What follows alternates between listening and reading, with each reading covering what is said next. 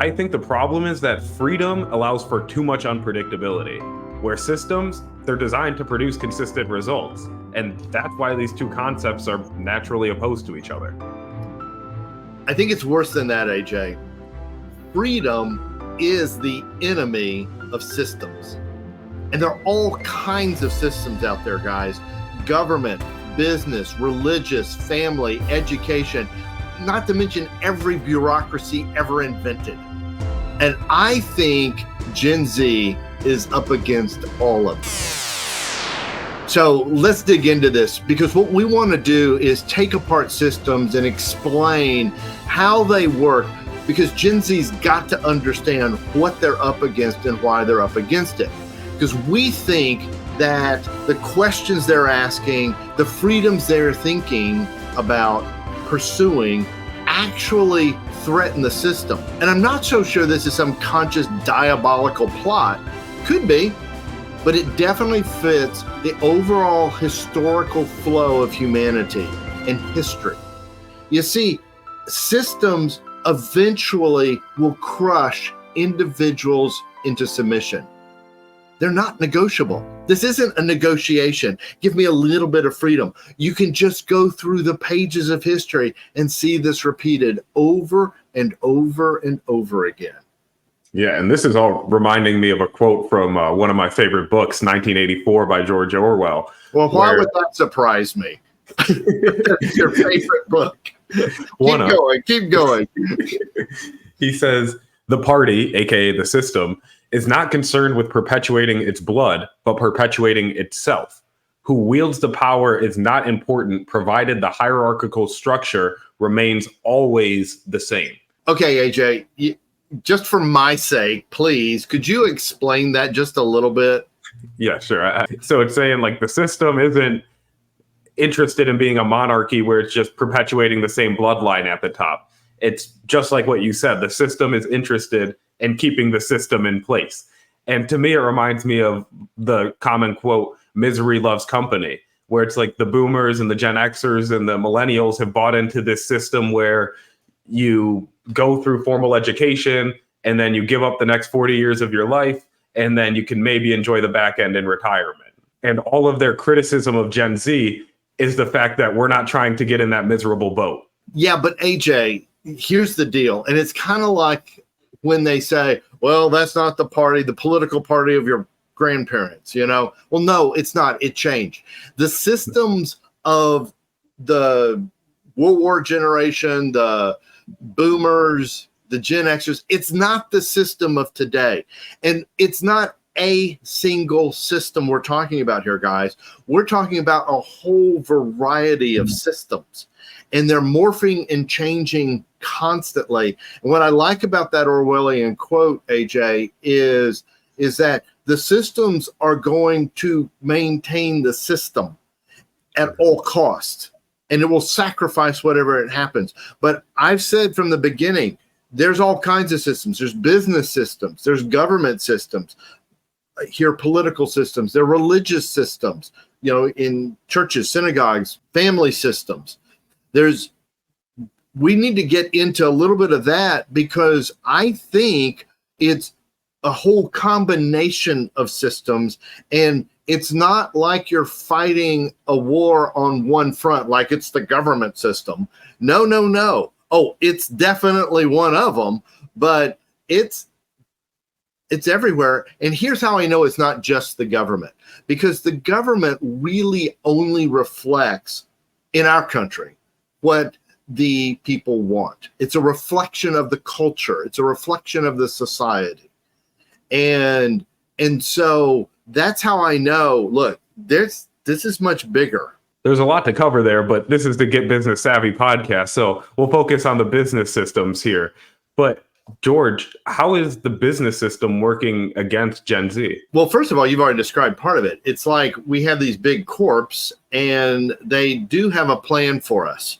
And they want us to come in and turn the levers and make their corporation really run nicely. And then we get spit out 40 years later or something, you know. But the world's changing. One of the things I've noticed is a really subtle language shift. Orwell talks about the use of language, right? Yeah, it's one of the primary mechanisms of control. Right. Here's what they've done. They've turned capitalists into entrepreneurs. They've completely bastardized the word. So what's a capitalist? Well, the iconic capitalist was a guy who, like back in the 19th century, the railroads, you'd have the robber barons. So they build these monopolies, and they control the whole railroads. If you've ever played the game called Monopoly, it's a lot of fun, right? But the whole idea is you want to own the whole board. And that's a capitalist. And they work however they can with government to make that happen. Yeah, that's great you bring up the 19th century, because that's also known as the Gilded Age. And many historians are actually arguing right now that we're living through a second Gilded Age, where there's all these robber barons and all these monopolists and what you just called capitalists who have co-opted the word entrepreneur, who are working with the government, who are creating these massive corporations where they have complete control over their market or their industry, and they're just screwing everybody else in the process. Yeah, and on top of that, the government is picking winners and losers. Yeah, exactly. Just like the Gilded Age. There's a famous case with Union Pacific, one of the biggest railroads, making the Transcontinental Railroad. And to finish the railroad, they created a shell construction company, and then they charged double the construction cost to the government and pocketed all the money. And then, as a way of avoiding investigation from the government, they just gave a few influential congressmen some stock in that company so that they would stay quiet.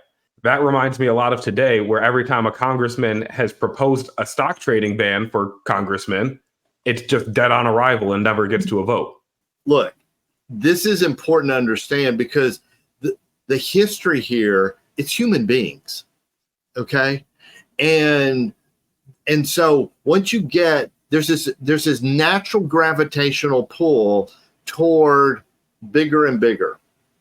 Now, here's the fascinating thing. The empires of the past, okay, so if we look at just whole countries, okay, Rome would be the largest. And if you look at a chart of history and countries and tribes and peoples, what you see is that since Rome breaks down and to the British Empire, which was like a quarter of the world, okay? But when you fast forward all the way to today, and this is the interesting trend of history, is that these countries and tribes are getting smaller and smaller. I'll give you an example. I can remember a country called Yugoslavia. It's now like 5 countries, and it probably wasn't much bigger than New Jersey to begin with. And it's the Dalmatian coastline. You've got Dubrovnik, you've got Split, you've got Rijeka. But they're all now in different countries. They used to all be the same. Now, the reason it was held together was because of a dictator.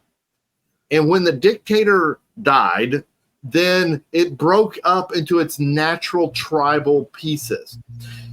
This is why these systems, I think there's a natural ebb and flow, and that at some point the system breaks and breaks apart. And it breaks apart along natural fracture lines. And I think what's going to happen here, and I think what Gen Z is it's one of those fracture lines. And that's where I think this whole concept of free enterprise that can come against the systems, and it's not a system, is that it's going to fracture into smaller companies.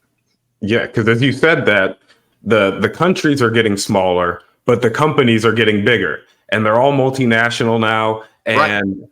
So would you describe that as the current empire?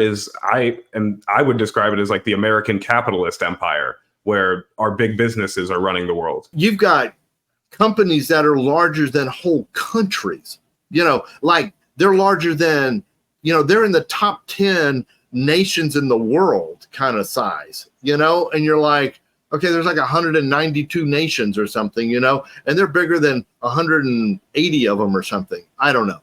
But it's like, yeah, it's just this natural human nature to want to control everything and rule the world, I guess. I can't imagine why. This is the Gen Z in me coming out. I'm like, why can't I just make a good living and have rich families and life and friendships? And, why do I have to rule the world and have a $1 billion company? Or, all these get rich schemes, which we've taken a stab at, they don't work. And they're all on YouTube. And it's how you can make, I just saw a few today, like how you can get rich in 6 months with Mark Cuban's. How you doing on that, boy? And you're kind of like, what are you talking about? Why do I want to get rich in 6 months? We're at a very interesting pivot point from a number of different measures. And I think Gen Z could be the greatest generation to lead us into free enterprise. Well, George, if capitalism is a system we need to push against, what's free enterprise and how is that any different? Free enterprise is really, just think of it like pure business. Okay. So it's private businesses they're operating in competition, and they're largely free of state control. I would almost add, it's like, think of the game Monopoly. Okay. So there's, you buy 3 colors of the same property or 2 colors, and you get a little Monopoly going. And the whole idea of Monopoly is to crush every other player with rent. So you got to build hotels and you want to crush them with rent. Okay. I don't think that's free enterprise. I think that's capitalism. And if you look at when Monopoly was developed by Parker Brothers, it's in that age. It's at that time. And capitalism was a deal. Pure free enterprise, I don't think minds that you own the monopoly with St. Charles and I've got Pennsylvania Avenue and I've got those because those are the greens and they're better rent. But I'm not trying to crush out St. Charles, and St. Charles isn't trying to crush out Pennsylvania Avenue. It's really funny that you brought up St. Charles as an example because I love the oranges. It's the most cost efficient to develop and the rent is great. The greens, your Pennsylvania Avenue is too expensive to develop. You'll go bankrupt before you can get hotels. Well, we should play and find out. Just now that we know. But I think free enterprise, there's more. It's a more collaborative type thing. In other words, if I'm a roofing company and I'm in one town and you're a roofing company in another town and we're never going to compete, I'm probably willing to share ideas with you and collaborate and have a mastermind group and learn how to make roofs better in my town and you learn how to make roofs better in your town. A capitalist system is, the hell I'm doing that. I'm not giving away any of my trade secrets. He might open up a business in my town. That's what the capitalists would do. I'd learn all your secrets, then open up a roofing business in your town and drive you out of business. And if I could get a couple of state legislators to vote some stuff that would help me, all the better. And that reminds me of what you wrote in the prologue of your book, where you said Mr. A equated entrepreneurship with freedom, i.e. free enterprise. Entrepreneurs, in Mr. A's view, are a creative force who undertake some kind of endeavor while accepting risk with no guarantee of reward. They are a type of personality who flourish in a free society. Yeah, this is fundamental to the concept. So Mr. A, guys, so the book are letters from Mr. A, who is the sage, seasoned entrepreneur, with the young guy, Max. And Max is the wannabe entrepreneur, and he's writing Mr. A. So the book is correspondence between these two. Honestly, Max is Gen Z. I mean, he really is a Gen Z kind of person. So let me just read a little bit more from the prologue. Mr. A recognized entrepreneurship as one of the paths to preserving freedom and even discovering wisdom.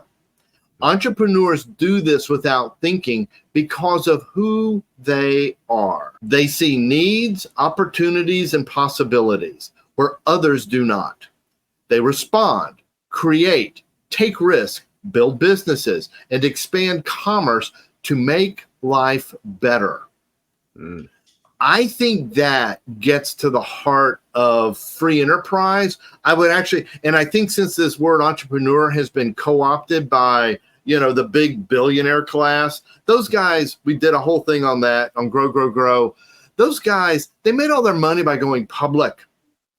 They didn't do this. They didn't make life better. Now, I can't say that universally. I mean, Amazon, for example, they want to make life better. So they've all got a make life better kind of thing, but it's just crushing every small bookstore in the world to do it. Mm-hmm. And how is that making life better for those little bookstore owners? Okay. That's the capitalist versus the free enterprise. Eventually, as they crush the little bookstore owners, now they've consolidated power to this point where if you want to buy books, Amazon's the best place to go. We're not quite there yet, but over time, I imagine that's probably Amazon's aim, is to crush all brick and mortar stores, so that everyone's just ordering online from Amazon, because that's what the capitalist wants. I really like how the flourish in a free society and make life better, and your illustration of just the two roofing companies maybe on opposite sides of a state where, hey, you're making good roofs, I'm making good roofs. What do we do similar? What do we do different? And let's elevate the standards of roofing in our state. And everyone's going to have better roofs, heating efficiency, whatever the benefit is with that. But at the end of the day, they're not looking to cut corners to make money. They're looking to make the best roofs they can, to make the best impact they can, rather than just crushing all their competition and having the most money in their pockets as they can. So the book is called The Next Level Entrepreneur. You can get it on Amazon. And when we say entrepreneur, guys, what we're talking about are really free enterprisers. See, the term has been, these billionaires have gotten the label entrepreneur. And I think that's absolutely a co-opting of the language, kind of Orwellian, where they're using, instead of being capitalist, because everybody thinks the word capitalist is bad, okay? And so they go, we're not a capitalist. I'm an entrepreneur. I started Amazon in my garage. True, all true. Maybe he was in the garage for 3 days, then they went public. I don't know. But I'm just being cynical. But here's the thing, is that those are not entrepreneurs, guys. Entrepreneur is not, I'm going public. Entrepreneur is really, and maybe we should use this term, a free enterpriser, small business owner. That's who we're talking about. And there's a lot of room for that in America. Look, there's a lot of, and you know what? The internet has opened up all kinds of entrepreneur opportunities. Just listen to our side hustle video, because we expose side hustles, but we're also saying there's some legitimate stuff out there too. And you've got to get your direction, and you've got to know who you are so you can know where you're headed. Free enterprise can be alive and well. Gen Z can usher that in. And so as you're saying all of that, it's like the market that we currently have in the business environment is one that isn't necessarily free. The government's picking winners and losers in some cases. Right. There's regulations, there's taxes, there's tax cutouts for certain people that only apply to certain things, and blah, blah, blah, blah, blah. And what you're saying is we need to just create a new market, basically. Well, actually, so I'm going to just say the word corruption. That's what you're up against. What you just described is corruption. When the government's picking winners and losers, they're not picking them because of the goodness of their heart. They're picking them because someone's greasing their palm with millions and millions of dollars. We know exactly what's going on. The American people are very, very smart. I think Gen Z may be the smartest generation to come along. And here's the fascinating thing. See, okay, so this is a story I've never told. I told you early that I'd done all this travel. I didn't follow the system and go get a job. I borrowed all this money. I went and traveled for 3 or 4 months. One of the places I went was Poland. And this is when there was still something called the Iron Curtain. Okay. And so Poland's controlled by a dictator. It was a very small group of us. We had the leader of our group was a professor from Poland. And this was a group, it was a national group. So we were all from different universities. And he had friends in Poland. And one of his friends traveled with us throughout the entire time. The statute of limitations is way gone by now, if there even is one here, so I feel okay. He was one of the top 3 black marketeers in Poland. And I learned, this is actually where I learned free enterprise. These guys, okay, you're thinking, okay, so they smuggle a few little, they trade a little bit of money, they get some dollars, they trade it into zlotys, that was the currency, or, they get some, stereos, or they get some kind of, appliance, and they trade. No.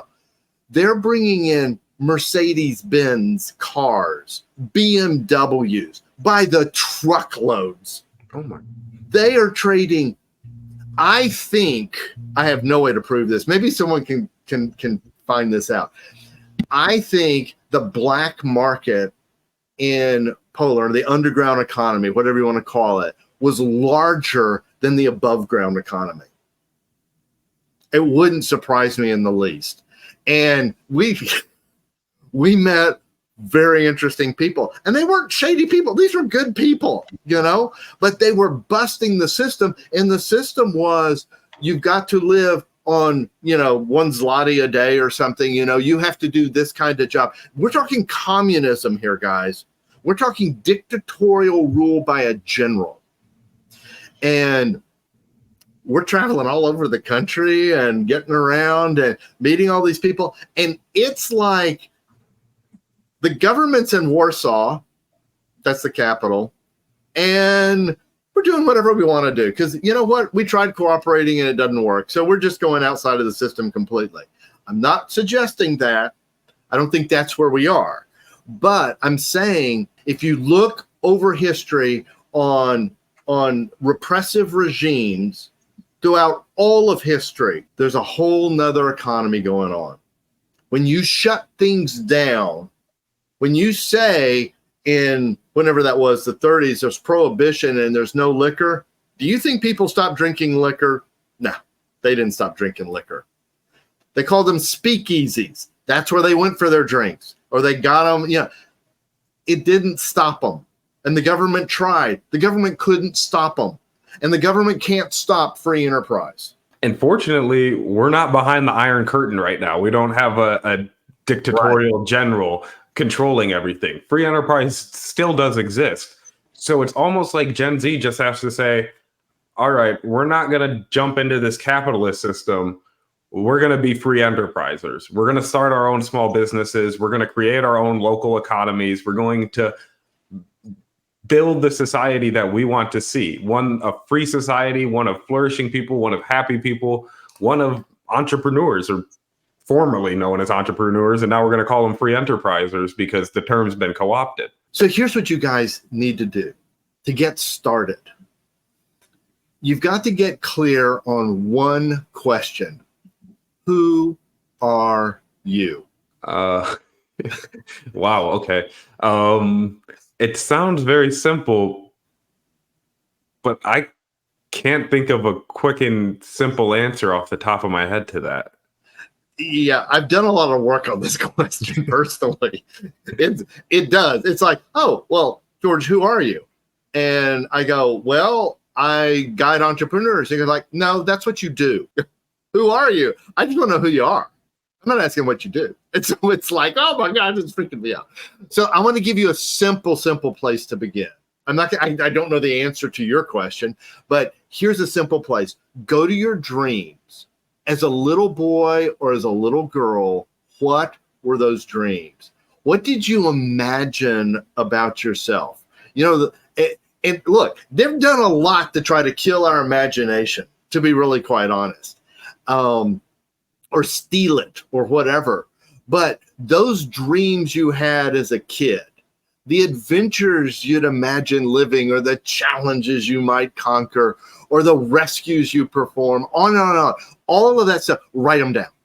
Just start brainstorming, because it's going to, even if you're like 20 and it wasn't that long ago from my perspective, it's still over half your life, right? That's the key. Just start brainstorming, writing stuff down, those long ago, probably forgotten dreams. And as you start writing them down, you'll be start remembering one after another. You just keep your lists going, and you are going to get incredible clues about who you are. And don't forget to come to our free live Get Business Savvy Mastermind once a month. Click the link below, go to getbusinesssavvy.com. We'll talk about any question you've got, whether it's in this podcast or business question, and check out the full episode of this podcast. I know you're going to love it. And in the meantime, may you live truly free.